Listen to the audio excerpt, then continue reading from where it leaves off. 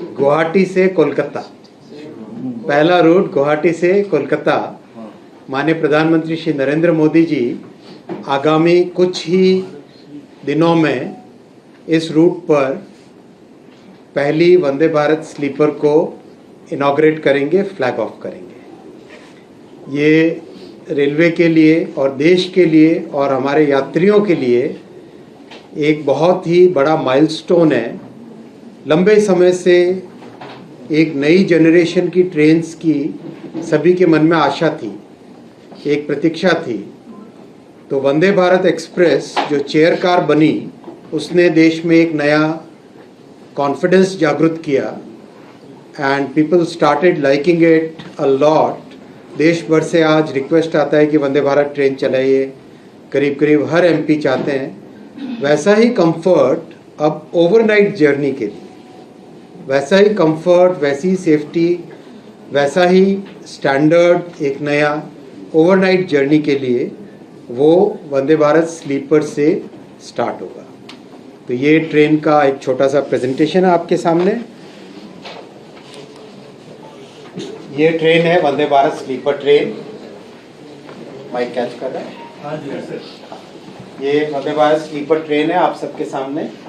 दो रेक बनानी इसलिए ज़रूरी होती है कि दो रेक बनाने से एक डायरेक्शन से चलती है, दूसरी दूसरे डायरेक्शन से चलती है, तो डेली सर्विस हो सकती है। और दूसरा, इसमें टोटली न्यू टेक्नोलॉजी यूज़ की गई है। हमने जिस तरह से वंदे भारत चेयर कार में लगातार इम्प्रूवमेंट्स किए, हर वर्जन में नए इम्प्रूवमेंट्स किए, अब उन इम्प्रूवमेंट्स के बाद में ये तय किया कि टोटली नया प्लेटफॉर्म एक बने, टोटली नया टेक्नोलॉजिकल बेस एक बने, टोटली एक नए तरीके से सोचें। तो अंदाज़ा था कि करीब 2026 के मिडिल तक कंप्लीट हो जाएगा काम, लेकिन लकीली जितनी मेहनत की टीम ने 2026 की आरंभ में ही ये काम कंप्लीट हुआ है और आज आपके सामने ये ट्रेन रेडी है।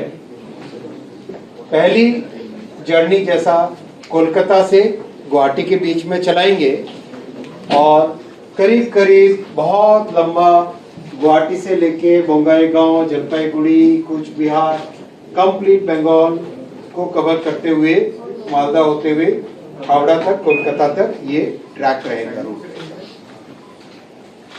वंदे भारत स्लीपर में बहुत सोच समझ के टाइम टेबलिंग की जाएगी।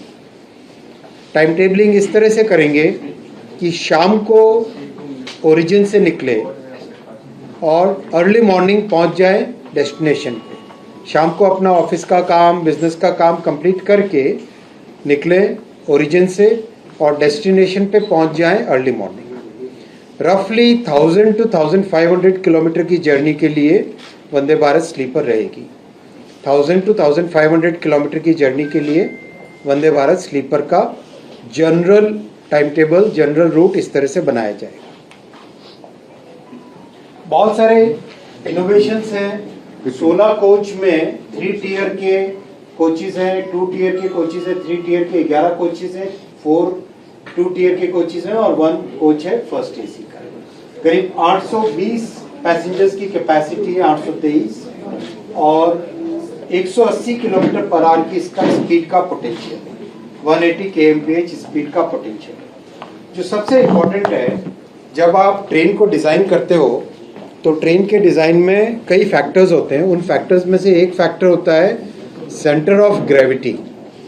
Center of gravity is a very important factor in designing a train.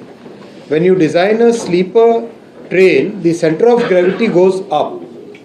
Center of gravity ऊपर चला जाता है because people will be on the upper berth, on the middle berth as well as the lower berth. जब chair car design करते हो तो chair car is always easier to design क्योंकि उसमें centre of gravity is very low, इसमें centre of gravity is very high. So that's why इसके design में extra complexity आती है स्लीपर के डिज़ाइन में। सो उसकी स्टेबिलिटी को ध्यान में रखते हुए ये सब इसमें बहुत स्पेशल ध्यान दिया गया है। पैसेंजर के पॉइंट ऑफ व्यू से कंप्लीट बर्थ और लैडर इसका टोटली नया डिज़ाइन है। बर्थ और लैडर का टोटली नया डिज़ाइन है, बहुत अर्गोनॉमिक डिज़ाइन है। जब इसको डिज़ाइन किया गया था तो अपर बर्थ में एक पतला आदमी, ज़्यादा हैवी आदमी, एक टॉल आदमी, शॉर्ट आदमी किस तरह से चढ़े उसमें, उसके बहुत सारे एक्सपेरिमेंट्स किए गए। शायद मैं टीम को बोलूँगा उस एक्सपेरिमेंट्स के वीडियो भी अगर आपके साथ शेयर करें। इस तरह से डिज़ाइन के टाइम में प्रैक्टिकली एक हर तरह के व्यक्ति को ऊपर चढ़ने में, मिडिल सीट में जाने में किस तरह की प्रॉब्लम्स आती है उसको सिमुलेट किया गया रियल टर्म्स में, जिससे कि उसका एक्चुअल एक्सपीरियंस कैसे होगा वो सामने आए, उनको ध्यान में रखा गया। डोर्स ऑटोमेटिक है जैसे वंदे भारत में है। फिर राइड कंफर्ट का बहुत ही अलग लेवल लेके आए हैं और इसमें एक लेवल ऑफ सेटिस्फैक्शन है आपके सामने शेयर करते हुए। आज इसका जो राइड कंफर्ट वंदे भारत स्लीपर का है, अगर दुनिया की किसी भी बेस्ट से बेस्ट ट्रेन को, किसी भी देश की बेस्ट से बेस्ट ट्रेन को अगर कंपेयर करेंगे तो उससे बेटर ही निकलेगा, उससे 19 नहीं होगा, उससे 21 ही आएगा। और उसका एक एग्जाम्पल टीम ने टेस्टिंग के टाइम में किया, वो अभी आपको दिखाते हैं। कवच, इमरजेंसी टॉक बैक, ये सब अब स्टैंडर्ड हो गए हैं, हर ट्रेन में फिट होके ही आते हैं। ये बहुत इंपॉर्टेंट है, डिसइंफेक्टेंट टेक्नोलॉजी। हवा में वायरसेस, बैक्टीरियाज को डिसइंफेक्शन करने के लिए 99.99% वायरसेस और बैक्टीरिया हवा से फिनिश हो जाएं, वो टेक्नोलॉजी इसमें लगाई गई। वंदे भारत चेयर कार में भी है और इस गाड़ी में भी लगाई गई है, वंदे भारत स्लीपर में भी, जिससे कि पैसेंजर्स का कंफर्ट एक अलग लेवल पे पहुंचे। एयर कंडीशनर की डिज़ाइन जो की है उसमें oxygen content in the cabin, that is a major parameter. Oxygen content इसलिए इम्पोर्टेंट होता है कि आपने कई बार महसूस किया होगा फ्लाइट में आपका नोज़, ईयर और आईज ड्राई होने लगते हैं, and that's because of the oxygen content. फिर एक डिस्कम्फर्ट आने लगता है। सो इसमें ऑक्सीजन कंटेंट का बहुत ध्यान रखा गया है। वही ध्यान हम मुंबई की 328 जो नई ट्रेन्स बन रही है उसमें भी ऑक्सीजन कंटेंट पे बहुत फोकस कर रहे हैं। तो ये बहुत केयरफुली ध्यान रख के बनाया गया है। ड्राइवर कैब एकदम टोटली नया एक्सपीरियंस है, अभी आपको उसके फोटोग्राफ्स दिखेंगे। और बहुत ही एरोडायनामिक एक्सटीरियर इसका बनाया गया है। ये एक्सटीरियर डिज़ाइन अगर आप देखो, कंप्लीट एरोडायनामिक डिज़ाइन है इसकी। मटेरियल FRP यूज़ किया गया है नोज़ के लिए, बहुत सोच समझ के FRP यूज़ किया है। दुनिया भर में FRP ही यूज़ होता है, जिससे कि बाय चांस कोई कैटल भी आ जाए तो इसकी सारी एनर्जी कैटल की सारी एनर्जी ये वाला हिस्सा ले लेता है, जिससे कि ट्रेन की स्टेबिलिटी पे कोई इम्पैक्ट नहीं पड़ता है। जब भी कोई ऑब्स्टिकल आता है तो ये उसकी कंप्लीट ले लेता है। ये बोगी पूरी तरह से नई डिज़ाइन है, कंप्लीट नए डिज़ाइन की बोगी बनी है। बोगी माने सस्पेंशन बोलो, अगर ट्रक का इक्विवेलेंट बोलो तो सस्पेंशन इसका टोटली नए डिज़ाइन का बना है। और उसमें डिज़ाइन के पैरामीटर्स को एक अलग लेवल पे लेके गए हैं, जिसका रिजल्ट अभी आप देखेंगे। और ये देखो आप इसके एर्गोनॉमिक डिज़ाइन के इंटीरियर्स, ये आप लैडर्स का एक और फोटो आएगा। लैडर्स देखो किस तरह से डिज़ाइन की गई है और हर जगह सेफ्टी और सिक्योरिटी के लिए स्पेशल पैरामीटर्स रखे गए हैं डिज़ाइन में, जिससे कि बाय चांस कोई थोड़ा सा पलट के गिरने की भी संभावना हो, वो भी खत्म हो जाए। हर एक चीज़ का एक नए तरीके से ध्यान रखा गया है। चार्जिंग पॉइंट्स वगैरह वगैरह। आइए एर्गोनॉमिक लैडर के पॉइंट ऑफ व्यू से ये फोटो देखने लायक। यहाँ पे लैडर बहुत अलग तरीके की है और लैडर को सपोर्ट देने के लिए, चढ़ने के टाइम में सपोर्ट चाहिए होता है, तो वो सपोर्ट देने के लिए यहाँ पे ये एक हैंडल स्पेशल किया गया है। जब आप ट्रेन को देखेंगे तो उसमें आप एक्चुअल में फील करेंगे ये डिफरेंस। और भी अंदर स्पेशल अरेंजमेंट दिव्यांग जनों के लिए बहुत स्पेशल अरेंजमेंट्स किए गए हैं, जिससे कि व्हील चेयर के साथ ही अंदर आके इसमें बैठ सके और अपनी ट्रैवल कर सके। पैसेंजर इंफॉर्मेशन सिस्टम अब स्टैंडर्ड बना दिया है वंदे भारत सीरीज में।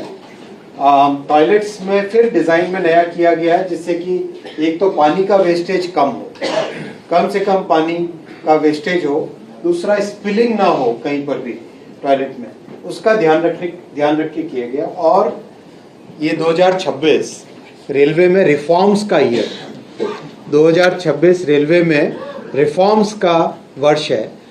बहुत सारे नए रिफॉर्म्स लाइंड अप हैं जो एक के बाद एक आपके पास आएंगे। इस ट्रेन में कुछ रिफॉर्म्स की झलक आपको दिखेगी। पैसेंजर्स के कंफर्ट के लिए जो बेडशीट, ब्लैंकेट और ट्रेन की क्लीनिंग उसको एक टोटली नए तरीके से करेंगे, टेक्नोलॉजी यूज़ करेंगे, बहुत नए स्पेसिफिकेशंस मटेरियल के जो भी इक्विपमेंट यूज़ करेंगे उनके नए स्पेसिफिकेशंस होंगे। और फूड में जो ट्रेन गुवाहाटी से आएगी उसमें असमीज फूड होगा और जो ट्रेन कोलकाता से निकलेगी उसमें बंगला फूड होगा। जो ट्रेन आसाम से निकलेगी उसमें आसाम का खाना होगा और जो ट्रेन कोलकाता से निकलेगी उसमें बंगाल का खाना होगा। और आज आपके साथ में जो भोजन है वो भी असमीज और बंगला भोजन है। तो बहुत ध्यान रखा गया है। इमरजेंसी टॉक बैक सिस्टम बहुत अच्छा बनाया गया है और इसमें और रिफाइनमेंट होता जा रहा है लगातार। ये एक वीडियो है, ये मैं आपको देखो 3 ग्लास रखी हुई है, उसके ऊपर एक ग्लास आइडिया किसका था और 180 kmph में गाड़ी है। ये आप दुनिया के और कहीं भी जगह ट्राई करो तो मेरे ख्याल से ये यूनिक चीज़ है, क्योंकि इतना ध्यान दिया गया है इसके सस्पेंशन के डिज़ाइन पे, इस ट्रेन के सस्पेंशन के डिज़ाइन पे एक टोटली नया लेवल लाया गया है। और इस नए लेवल का बेनिफिट हमें क्या होगा,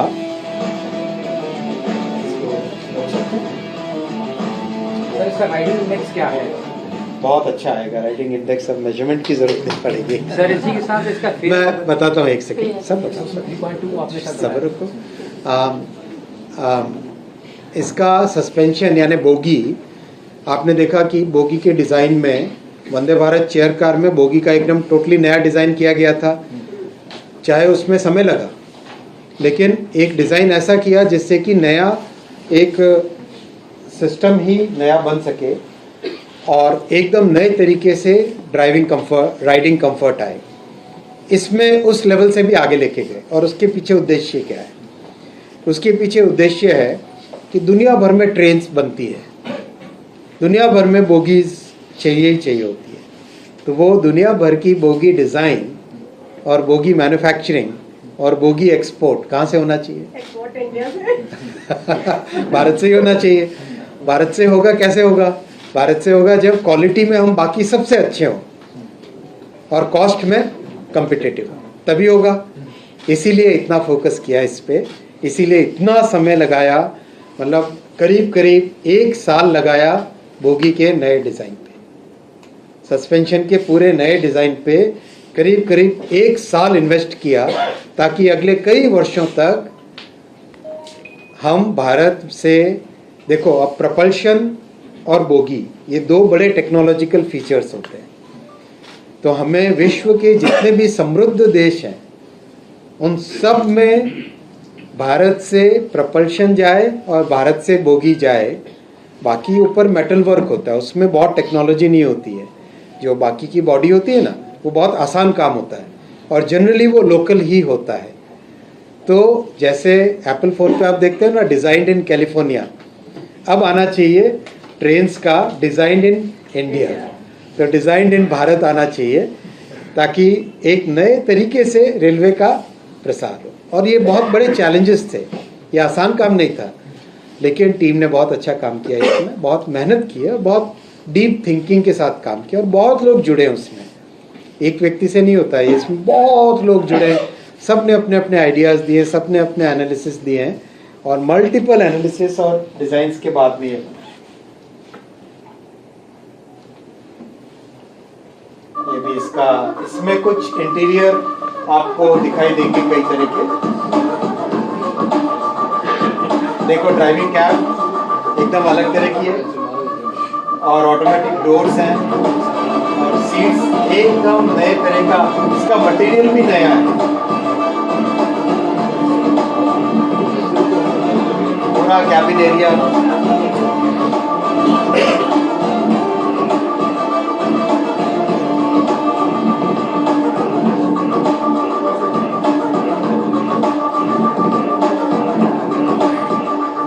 ये वैक्यूम है, वैक्यूम टॉयलेट। फैक्ट्री एरिया सब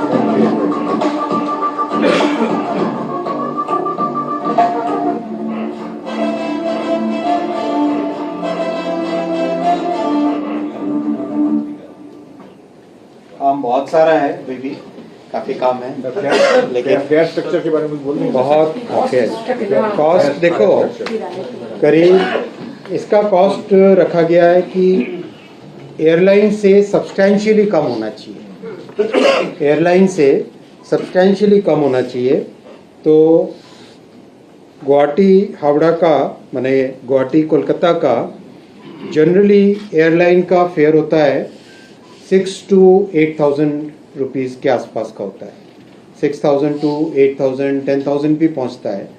इसमें 3 AC में गुवाहाटी से हावड़ा का रहेगा 2,300 रुपये, बहुत कंफर्टेबल है, विद फूड है कंप्लीट।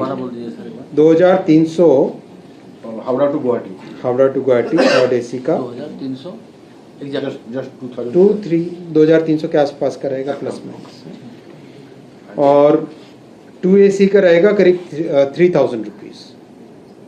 बहुत कंफर्टेबल है, बहुत मिडिल क्लास का ध्यान में रखते हुए किया गया है। फर्स्ट AC का 3,600। Like first AC is 3,000. But ये कंपेयर टू राजधानी देखो अब नए तरीके से सोचना है हमें। अब रेलवे का रिफॉर्म्स की प्राइम मिनिस्टर साहब ने, PM साहब ने जिस तरह से रिफॉर्म्स का एक पूरा एक्सप्रेस चलाई है, इनकम टैक्स का नया कानून, क्रिमिनल जस्टिस सिस्टम के नए कानून, पूरा रिफॉर्म हुआ, लेबर रिफॉर्म इतना बड़ा रिफॉर्म हुआ, हर तरीके से GST में इतना मैसिव रिफॉर्म हुआ।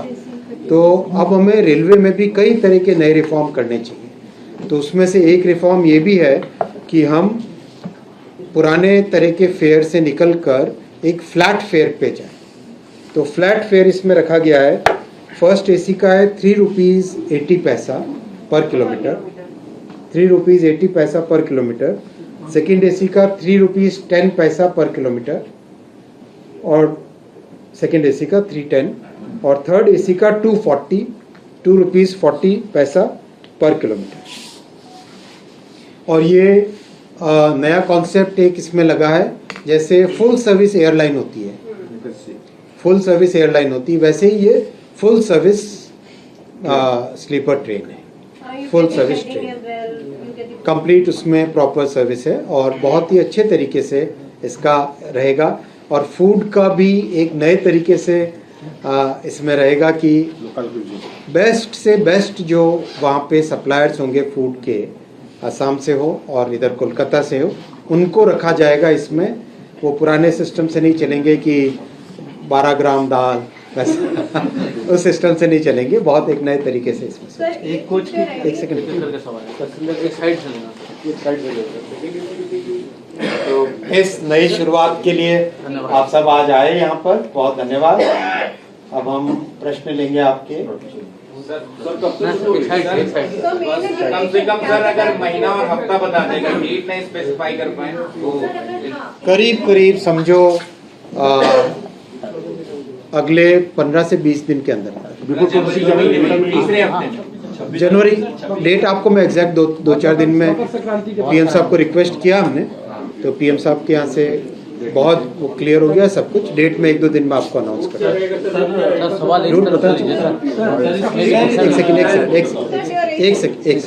एक अपन ने प्रोटोकॉल बनाया है इस रूम का क्वेश्चंस के लिए, तो इधर से चालू करते हैं पहला सवाल। सर इसमें विद फूड इतना फेयर है तो ये कब से कब तक शुरू हो जाएगा और किस तरीके से इसको देखेंगे? करीब करीब अगले 15 से 20 दिन में इसका फर्स्ट ट्रेन का इनॉग्रेशन चालू हो जाएगा, 15 से 20 दिन। सर मेरा सवाल ये है कि वंदे भारत स्लीपर की मोस्टली आप समझो 17 या 18 तारीख। वंदे भारत तारीख भी है वंदे भारत स्लीपर की जिस तरह से हम शुरुआत कर रहे हैं तो ये 2026 चूंकि सुधार का वर्ष है हमारे लिए, तो इसमें कितनी ट्रेनें हम इस तरह से ले आएंगे, एक सवाल तो ये है। दूसरा, क्या मैंने कोई ऐसा सेक्टर डिसाइड किया है जहां हम वेटिंग लिस्ट टिकट की परंपरा ही खत्म करते हैं, ऑन डिमांड ट्रेन मिल जाए, इस पर भी कुछ काम चल रहा है क्या? बिल्कुल, दोनों पे काम चल रहा है। वंदे भारत स्लीपर का जिस तरह से आपने देखा, वंदे भारत चेयर कार का बहुत अच्छे तरीके से रैंप अप किया गया और बहुत ही सिस्टमेटिक तरीके से रैंप अप किया गया। तो वंदे भारत स्लीपर में भी करीब 1 साल से टेस्टिंग इम्प्रूवमेंट्स की जो साइकिल होती है वो साइकिल अब कंप्लीट हो गई। सीआरएस का इंस्पेक्शन होने के बाद में सीआरएस का सर्टिफिकेट मिल गया, तो अब इसकी कंप्लीट डिज़ाइन वगैरह सब कुछ स्टैंडर्डाइज हो गया है। तो अब इसका प्रोडक्शन को रैंप अप करेंगे करीब करीब और 8 ट्रेन्स अगले 6 महीने के अंदर अंदर बन के आ जाएंगी। 8 गाड़ियाँ और 6 महीने में बन के आ जाएंगी और इस साल के एंड तक करीब करीब 12 ट्रेन्स बन के रेडी हो जाएंगी और फिर अगले साल बहुत बड़े तेज़ी से रैंप अप हो जाएगा, क्योंकि पूरा सप्लाई चेन उसके पीछे लगता है। तो वो देखो सिस्टमेटिक तरीके से हमारे यहाँ इस रूम में बहुत सिस्टम से होता है।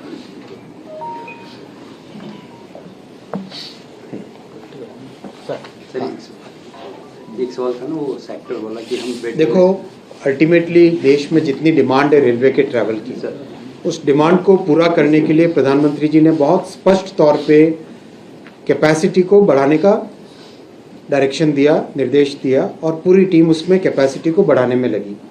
करीब 35,000 किलोमीटर पटरियाँ बनी इन 11 वर्षों में, 35,000 किलोमीटर। मतलब बड़े देश का जितना नेटवर्क होता है उतनी पटरियाँ अपने इन 11 वर्षों में बनी है। लोकोमोटिव का प्रोडक्शन इतना मैसिव हो गया कि पूरे अमेरिका और यूरोप का जितना टोटल प्रोडक्शन है उससे ज़्यादा प्रोडक्शन अपने यहाँ है। Train set coaches, LHB coaches का प्रोडक्शन इस लेवल पे हुआ है कि कभी सोचते भी नहीं थे, उससे ज़्यादा लेवल हुआ। टोटल इन 11 वर्षों में 42,000 कोचेज़ बने, 42,000। तो ये सब इसलिए किया गया कि कैपेसिटी बढ़ाए, ज़्यादा से ज़्यादा पैसेंजर्स को कैरी कर सकें। तो अब वो विषय आ गया है, अब वो सिचुएशन आ गई है।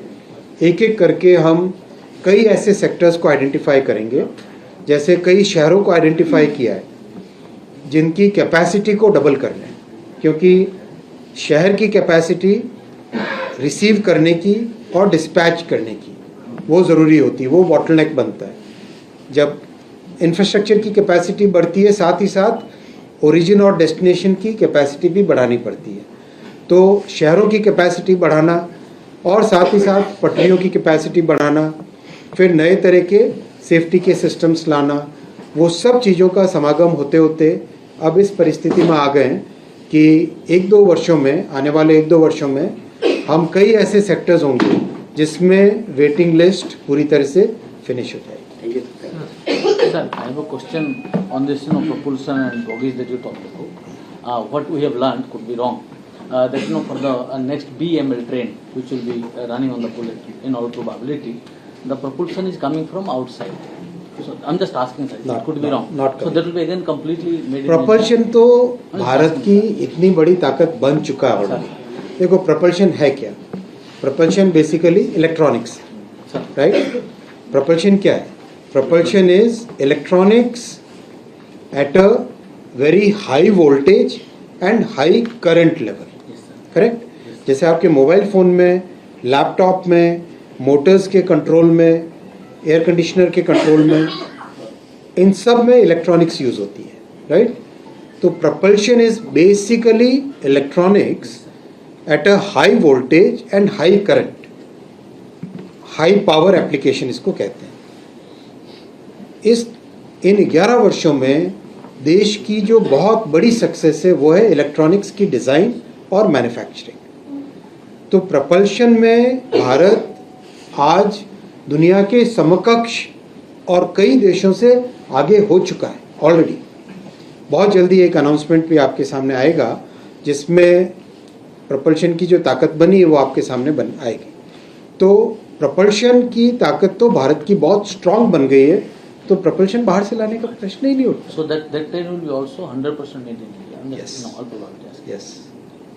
Sir, when that Russian manufactured Vande Bharat sleeper 120 and Titagarh 80, when we can expect them? Since you have इस साल में 2026 में आ जाएंगे दोनों ही। दोनों. दोनों। Another question is that you said that Vande Bharat is Kavach compliant. So does that mean that Guwahati and Howrah route is now Kavach अब तो compliant? इतना तेजी से हो रहा है कि मेरी टीम अब वीकली जब डेटा देती है कवच के इम्प्लीमेंटेशन का, तो each time it is a new data. इतना तेजी से हो रहा है। So that route is Kavach compliant now? देखो, कवच मैंने आपको पहले भी बताया और वापस रिपीट करता हूँ, Kavach is a very complex system. Kavach is like creating a totally new, जैसे एयरटेल का नेटवर्क है ना, उससे कॉम्प्लेक्स नेटवर्क क्रिएट करना।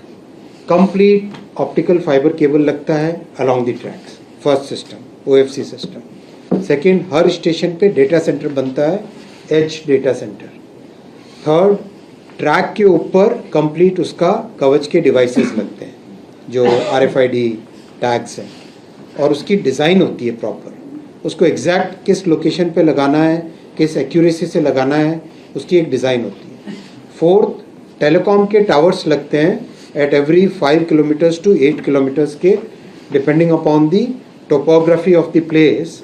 कहीं पे फॉरेस्ट है, अलग तरह से डिज़ाइन होगा, कहीं पे स्लोप है, अलग तरह से डिज़ाइन होगा, कहीं पे कर्वेचर है, अलग तरीके से डिज़ाइन होगा। तो टेलीकॉम के टावर्स लगते हैं। तो इस पूरे सिस्टम में मोर देन रफली अबाउट 40,000 तो टेलीकॉम के टावर्स लग रहे हैं। 40,000 टेलीकॉम के टावर्स, राइट, उससे ज़्यादा लग रहे हैं। फिर डिवाइस लगता है लोकोमोटिव पे या ट्रेन के ऊपर, that is the on board device. ये सारा का सिस्टम होता है कवच। It's not just one device की लगा दिया, राइट। इसीलिए बहुत सिस्टमेटिक तरीके से पहले कवच 3.2, उस 3.2 में जो कमियां रह गई थी उन सब को कंप्लीट करके कवच 4 जुलाई 2024 में उसका अप्रूवल हुआ। कवच वर्जन 4.0 का जुलाई 2024 में अप्रूवल हुआ।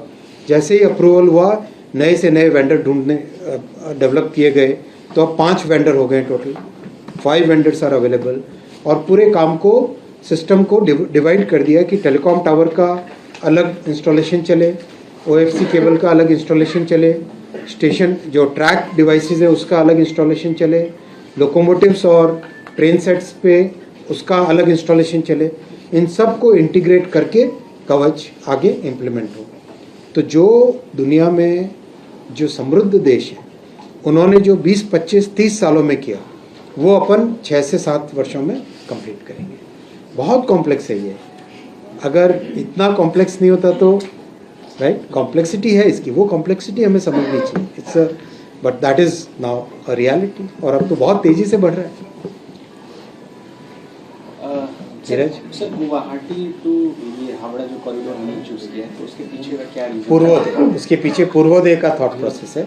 बहुत क्लियर थॉट प्रोसेस है। माननीय प्रधानमंत्री जी ने पूर्वोदय का कॉन्सेप्ट दिया है कि देश के हर क्षेत्र में डेवलपमेंट हो, और उसके लिए जिम्मेदारी है हर डिपार्टमेंट की।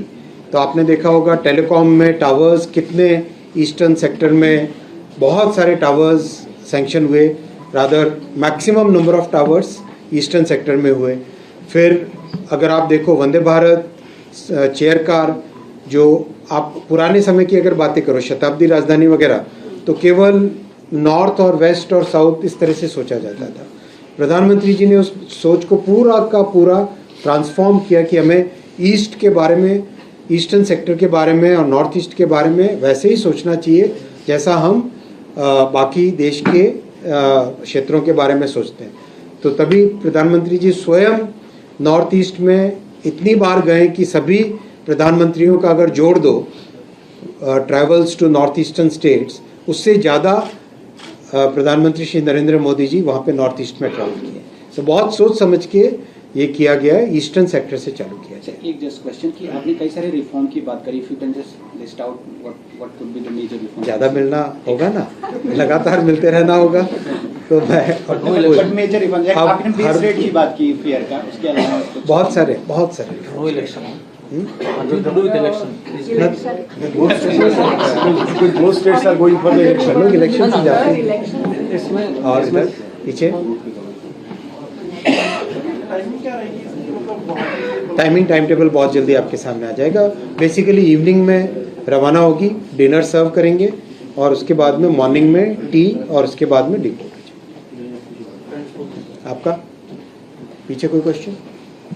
आपका सर मेरा मुझे ये जानकारी थोड़ा सा अगर आप साझा कर सकते, एक कोच में जो पैसेंजर कैपेसिटी वो और जो पूरी ट्रेन में कोच होंगे वो इन प्रिंसिपल 8, 12 या कितना संख्या होगी या डिमांड के इन मुताबिक? प्रिंसिपल 16 है और 16 है। 3 टियर में 611 पैसेंजर्स 11 कोचेज में है और 4 कोचेज हैं 2 टियर के, उसमें 188 पैसेंजर्स होंगे और 1 ये है 24 पैसेंजर्स। और दूसरा सर जो नॉर्मल वंदे भारत है उसके मुकाबले इसकी कॉस्ट में कितना बढ़ोतरी हुई है? बहुत मिनिमल, क्योंकि जैसे जैसे इसका इकोसिस्टम बनता जा रहा है सप्लायर्स का, अब करीब करीब वंदे भारत के मैन्युफैक्चरिंग में रफली अबाउट 70 सप्लायर्स हैं टोटल। एक चीज़ लेके अगर लो, अगर आप टॉप से लेके बॉटम तक जाओ तो करीब 70 सप्लायर्स हो गए।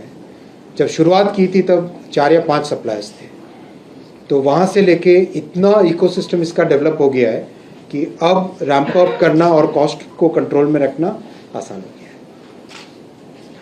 सर इसकी स्पीड तो बहुत 180 तक है, तो सर ये 1000 से 1500 किलोमीटर आपने सीमित कर रखा है सर, तो और लंबी दूरी में चलेगी भविष्य में ऐसा? नहीं, इस तरह से सोचना है कि लंबी दूरी के लिए पुश पुल टेक्नोलॉजी बेटर होती है। जो लॉन्ग डिस्टेंस ट्रैवल होता है जिसमें बहुत लंबे, जिसमें एक्सीलरेशन इतना इम्पोर्टेंट नहीं होता है, तो उसमें पुश पुल टेक्नोलॉजी बेटर होती है। तो दोनों टेक्नोलॉजीज़ को हमें मास्टर करना है देश में। पुश पुल टेक्नोलॉजी में दोनों तरफ लोकोमोटिव लगता है और एक्सीलरेशन अराउंड 0.7, 0.8 के आसपास रहता है। शॉर्टर डिस्टेंसेज जैसे मेट्रो है, तो मेट्रो में एक्सीलरेशन 1.2, 1.1 मीटर पर सेकंड स्क्वायर रहता है।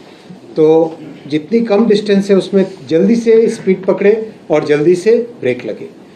लॉन्ग डिस्टेंस में वो रिक्वायरमेंट नहीं होती। तो जो पुश पुल का कॉन्फ़िगरेशन है वो भी रेडी हो रहा है, वो रेडी होते वो भी आएगा और ये डिस्ट्रीब्यूटेड पावर की बिगनिंग है। तो डिस्ट्रीब्यूटेड पावर, पुश पुल यानी कॉन्सेंट्रेटेड पावर, इन दोनों सिस्टम्स को रेलवे में we have to master everything. ये इन सब दोनों टेक्नोलॉजीज़ को मास्टर करना ज़रूरी है, जिससे कि अगले 3-4 वर्षों में रेलवे का एक बड़ा एक्सपोर्ट पोटेंशियल भारत से डेवलप हो।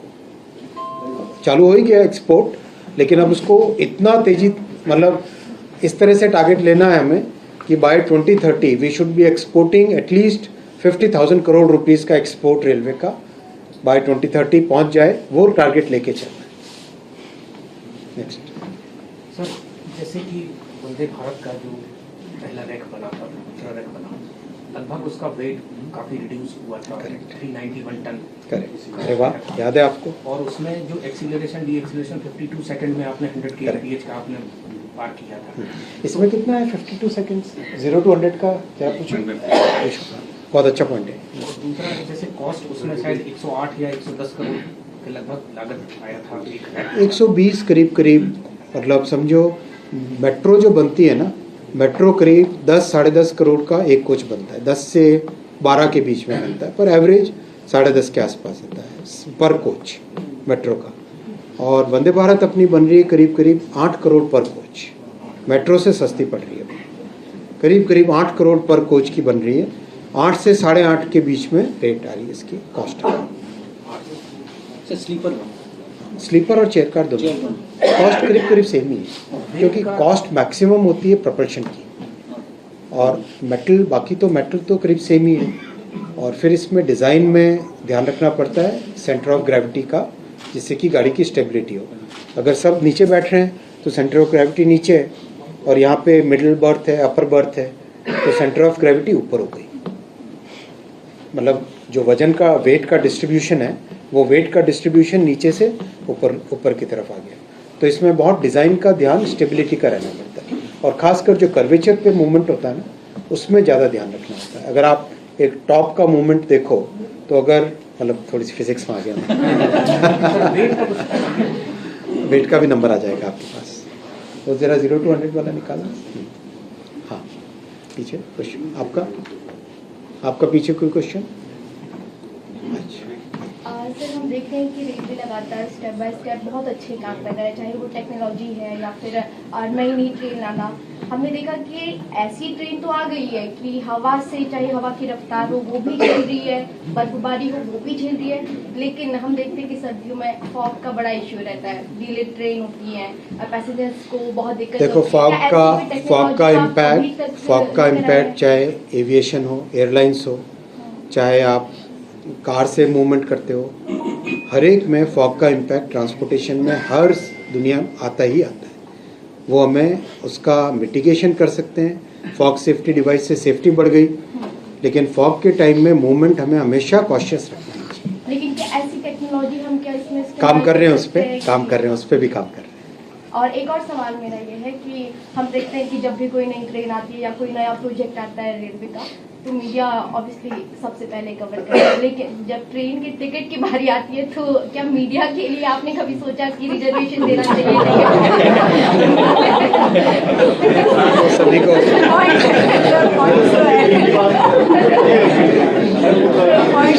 बताता हूँ खाना खाने के टाइम। नहीं, मैंने कहा ना खाना खाते हुए बताऊँ। कोई डायनामिक फेयर नहीं, कांस्टेंट फेयर। सर, क्या किसी देश ने भी इसके प्रति कोई इच्छा जाहिर की है? अभी कई देशों से वंदे भारत ट्रेन के लिए इंटरेस्ट आ रहा है। अपन ने, जैसा मैंने पहले भी आपको कहा है, 2029 तक एकदम परफेक्शन के लेवल पे ले आएंगे। उसके बाद में एक्सपोर्ट्स चालू करेंगे, जिससे कि जब प्रधानमंत्री जी ने एक बहुत स्पष्ट तौर पे कहा है कि कॉस्ट हमारी कम होनी चाहिए, क्वालिटी बाकियों से बेटर होनी चाहिए, तभी जाके हम एक्सपोर्ट मार्केट को प्रॉपरली हमेशा के लिए सस्टेनेबल वे में विन कर पाएंगे। तो अभी वही परफेक्शन वाला दौर चल रहा है। तो अभी जैसा आपने देखा, इस वाली गाड़ी में किस तरह से 3 ग्लास के ऊपर 1 ग्लास रखा हुआ है, लेकिन पानी हिल नहीं रहा है, राइट? तो वो परफेक्शन के लेवल पहुंचने की बात है। टोटल सर कितना बजट आपने एलोकेट किया है 12 ट्रेन? करीब और वंदे भारत स्लीपर्स करीब 200 के आसपास बनेगी,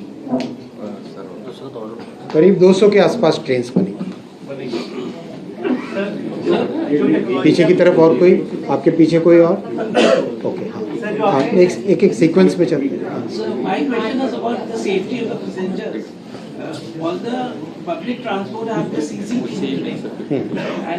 इन सब में लगने वाला अभी चालू हो गया काम ऑलरेडी। हर एक कोच में, हर एक लोकोमोटिव के अंदर सीसीटीवी कैमरा लगाने का काम, और वो भी एआई इनेबल्ड। जैसे सीसीटीवी कैमरा लगने के कारण जो केरल में इंसिडेंट हुआ था, इमीडिएटली जो कल्प्रिट था उसको पकड़ा गया, इमीडिएटली पकड़ के उसको पुलिस में ले गए। तो वो पॉसिबल हो पाया only because of the CCTV camera. So that's why we are installing in CCTV cameras in every coach in the country. वो प्रोसेस ऑलरेडी चालू हो गया है। So another thing on the fastest trains in the world, they have a technology where the trains glide.